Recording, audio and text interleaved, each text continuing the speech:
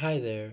In this tutorial, I'm just going to give you a quick rundown of what types of things make for a good Illustrator file when it comes to creating block cuts for the better press. So this example right here is based on the template that will be made available to you. You can see that in the layers panel over here, we've got two locked items, the top and bottom. Basically, the bottom is just this black rectangle that tells us to remove material other than where you put white elements on top, which will be left behind by the laser cutter. The idea here is that the laser cutter is going to remove all the black material so that when you roll ink onto this physical block, it only ends up on the high spots, which are the material left behind, which is in these white areas. So you have to think sort of in reverse here. Anything that you want to show up on your print in the inked color, be that black or red or blue, you make white here. So black will show up as white on your print because it'll just be plain paper, and then white will show up as the color of your ink. Okay, so one more time, black will just be plain paper, white elements in your file will turn into inked elements in real life. And so to make things easy for you, I made this template. It's already sized, it's just 3 by 4 inches, but the bottom layer is the black rectangle to make it easy to start, and then the very topmost element is this red outline, and that's what the laser cutter is going to look to cut. And so we want to make sure that's on top of all your elements so that we don't end up not cutting your rectangle all the way out because there's something overlapping the edge a little bit, for example. So this file is okay. You can see, I obviously poured my heart into this. I've got this nice circle tying everything together, computers, because I teach computer science, and graphic design is my passion. And so the only things that are kind of wrong with this is, one, we've got an element that doesn't fit inside of this red rectangle.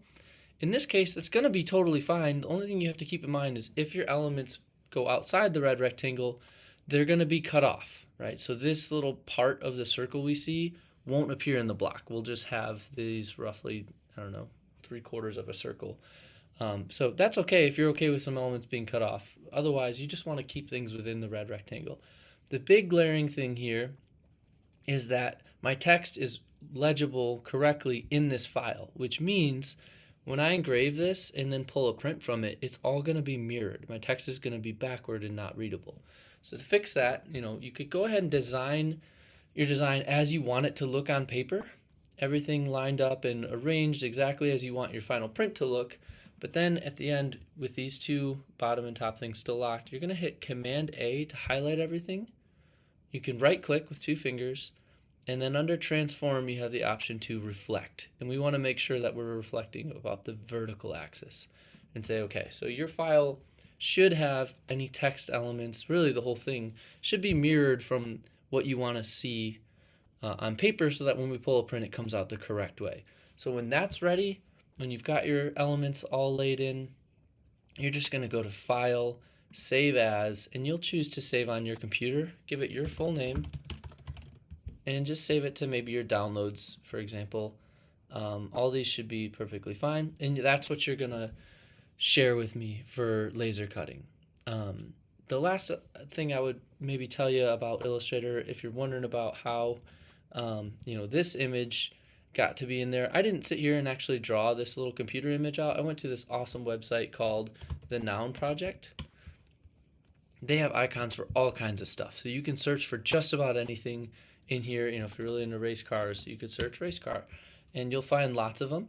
When you find an element you like here and you want to use in your print, you're going to want to download it as an SVG, not as a PNG, but as an SVG, because we need to change the colors of it. And then in Illustrator, you can go to File, Place, or use Command-Shift-P. You can grab the thing you just downloaded, and then just draw a little rectangle at roughly the size you want it to appear. Notice it comes in black, right? So under Properties, I want to change its fill from black to white. And now I've got my little race car added from the Noun Project. So that can be a nice way to get some nice graphic elements added to your work without having to draw them totally by hand.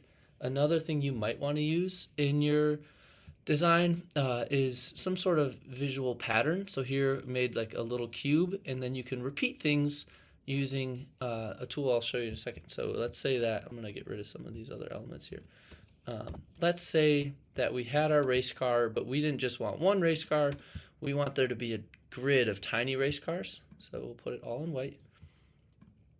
We can click on the object or objects if there's multiple, and we can come down to, should be, let's see, repeat grid. Okay, and so the default is going to be neat rows and columns, although you can make it more like bricks if you want them to alternate in more of a zigzag pattern by using this button over here. So with your grid, you can drag it around the screen, you can tell it how many times to repeat horizontally and vertically, and then you can change the spacing horizontally and vertically using these little tools. And so you can pretty quickly make a neat looking background that maybe you draw, some other element over top of to leave room for text. I don't know. Up to you how or if you want to use that, but I think grabbing one or a couple elements from the noun project, making them small, and then repeating them in a grid can be a neat way to make some detail in the background of your cut. So as a final reminder, whatever's white here will be inked, whatever's black will be removed and show up as white on the page if you're printing on white paper. So when you're done, save it, share it with me, and we should have a lot of fun constructing and using these better presses tomorrow. Thanks.